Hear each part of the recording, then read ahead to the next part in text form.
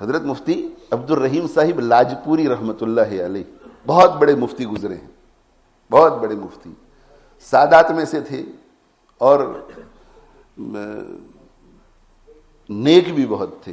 یہاں اہل گجرات جو بیٹھے ہوئے ہیں انہوں نے حضرت کو دیکھا ہوگا، بہت اونچے درجے کے مفتی، بہت اعلیٰ درجے کے مفتی، مفتی عبد الرحیم صاحب لاجپوری رحمۃ اللہ علیہ. یہاں انگلینڈ بھی تشریف لائے تھے اور مجھے درجے علمیت کہاں پڑھنا چاہیے اس کے لیے میرے والد صاحب رحمۃ اللہ علیہ نے ان سے اور حضرت مولانا اجمیری صاحب رحمۃ اللہ علیہ سے مشورہ کیا تھا، اور ان دو بزرگوں کے مشورے کے نتیجے میں مجھے دارالعلوم بری میں داخل کیا گیا تھا.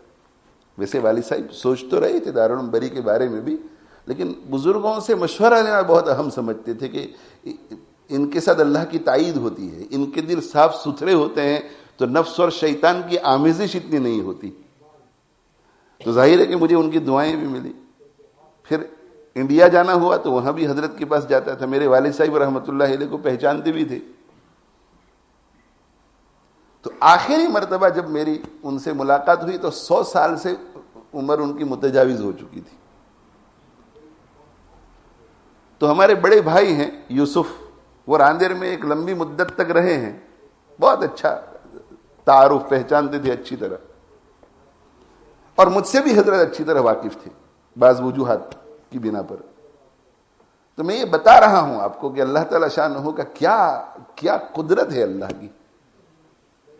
تو لیٹے ہوئے تھے حضرت، اور جب اندر گئے ملاقات کی تو ہمارے بھائی نے ان کو کہا کہ حضرت میں یوسف دھورات ہوں، حافظ دھورات کا فرزند جو یہاں رہتا ہوں راندیر میں، اور یہ میرا بھائی ہے، میرا تعارف کرایا، انگلینڈ سے آیا ہوا ہے. اچھا ملاقات وغیرہ کی، اور خاموش ہم بھی بیٹھے رہے.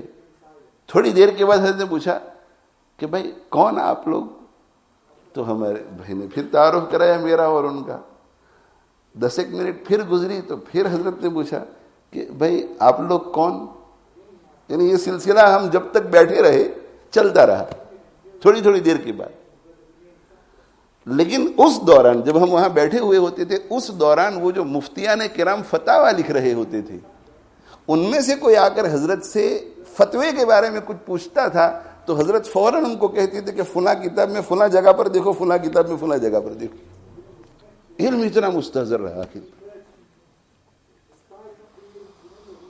بہت عمدہ فتاوی ہے ان کی، فتاوی رحیمیہ. جو لوگ اردو سمجھ سکتے ہیں ان کو بھی، اور انگلش پڑھ سکتے ہیں ان کو بھی حاصل کرنا چاہیے اور پڑھنے چاہیے، اس لیے کہ بہت عام فہم انداز میں ترغیب کے ساتھ حضرت نے فتاوی لکھے ہیں. صرف یہ نہیں کہ جائز ناجائز نہیں، جہاں دیکھتے ہیں کہ یہاں تھوڑی ترغیب دینے کی ضرورت ہے تاکہ ادھر نہ چلا جائے، دین پہ رکھنے کی پوری کوشش کرتے ہیں. تو اس میں حضرت نے ایک جگہ پر کسی نے سوال پوچھا تھا یہ بینک وغیرہ کی نوکری کے بارے میں، تو وہ سوال کرنے والے کی نوکری جائز نہیں تھی.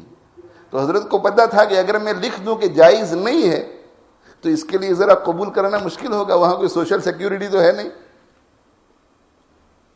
تو مجھے یاد پڑتا ہے کہ اسی قسم کے سوال کے جواب میں تو اس میں حضرت نے یہ لکھا تھا کہ روزی کا مالک تو اللہ ہے، روزی تو اللہ دیتا ہے،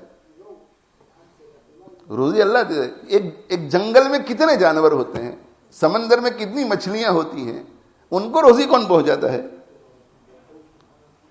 جو بہت بڑی مچھلی ہے اس کے لیے اس سے چھوٹی مچھلی غذا، جی، تو بڑی مچھلی کے لیے اس سے چھوٹی بنائی.